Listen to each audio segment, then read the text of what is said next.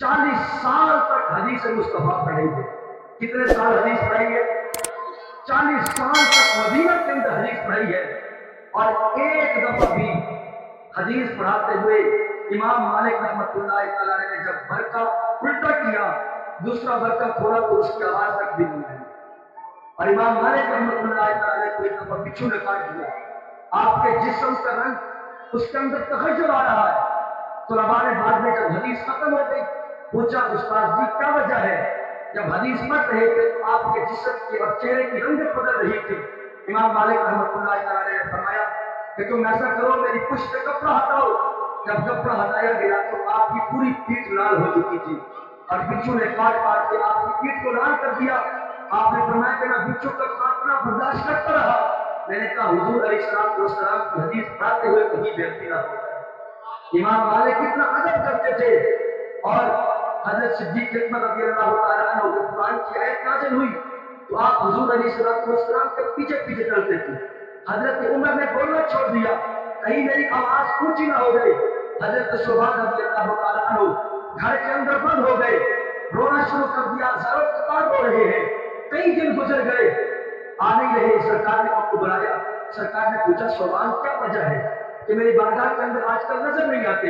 हजरत सोबान ने अर्ज किया, नबी जल्लल्लाहु मेरी आवाज ऊंची है, मुझे लगता है कि अल्लाह ने ये आयत मेरी वजह से नाज़िल की है, मेरी आवाज कहीं आपकी आवाज से ऊंची ना हो जाए। आका करीम अलैहिस्सलाम ने फरमाया कि आज के बाद सोबान तेरे लिए इजाजत है, तेरी आवाज ऊंची है। अल्लाह ने आगे तेरे लिए हुक्म बयान कर दिया है कि इन्नल्लाह गफूरुर रहीम, मैं तुम्हें कह रहा हूं कि अल्लाह तुम्हारे गुनाहों को माफ कर दूंगा। अल्लाह ने फरमाया कि तुम्हें इजाजत नहीं है कि तुम दरबार मुस्तफा के अंदर ऊंची आवाज लगाओ। तो फिर मैं क्यों ना कहूं, अदब उनका अगर हासिल ईमान बनेगा, कह दीजिए सुभान अल्लाह।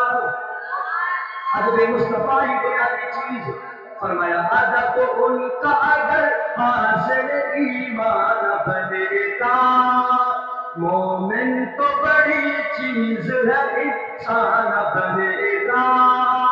ताज़ीम मोहम्मद ही तो है जान इबादत, कोई कितना ही आबिद हो मुसलमान बनेगा।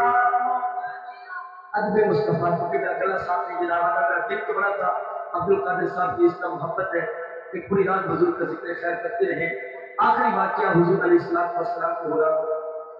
एक शायर है हिंदुस्तान के जिनका नाम है हकीम मोहसिन, हिंदुस्तान के मायानाज शायर।